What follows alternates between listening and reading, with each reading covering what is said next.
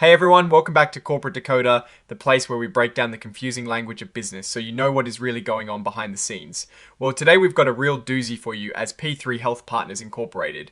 Might be on thin ice with Nasdaq, so let's dive in and see what could be happening. So P3 Health Partners Incorporated is basically telling us they got a letter from Nasdaq, the big stock market people, and it is not good news. Nasdaq is saying, hey guys, you are not meeting our rules, and specifically they are talking about a rule that says companies need to have at least $2.5 million in what is called stockholders' equity. Now, this might sound like just some boring corporate jargon, but it is super important. This means P3 Health Partners Incorporated reportedly does not have enough money piled up in the business according to Nasdaq standards.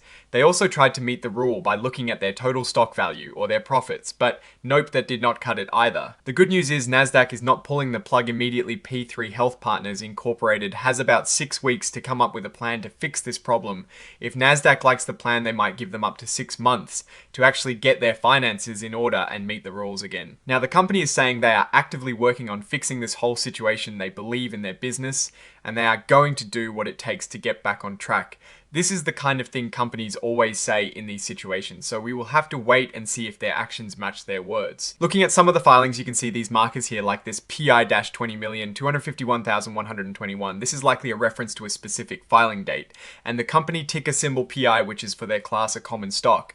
They also have warrants, which are like special options to buy more stock, and those trade under the ticker PI. This tag, USGAP Common Class, a member, tells us this filing is using standard accounting rules, generally accepted accounting principles, which is what most US companies follow for their financial reporting. It is basically saying that there are common shares of class of stock involved here, and that it is being reported according to official accounting standards. So this whole situation is about them needing to prove they are financially sound enough to stay listed on NASDAQ. And lastly, we have this one exhibit numbered 104. This is usually a reference to the cover page of the filing itself in a format called interactive data, which makes it easier for computers to read and process all the information. This is just a technical detail about how the report is structured and filed with the CC. So what does this all mean? P3 Health Partners Incorporated is in a tough spot. They are not meeting Nasdaq's minimum fin and CESA requirements, which is a red flag for investors. This could mean that if they can't fix it, their stock could get delisted from Nasdaq, which would make it harder for people to buy and sell their shares and generally signal bigger problems with the company's health.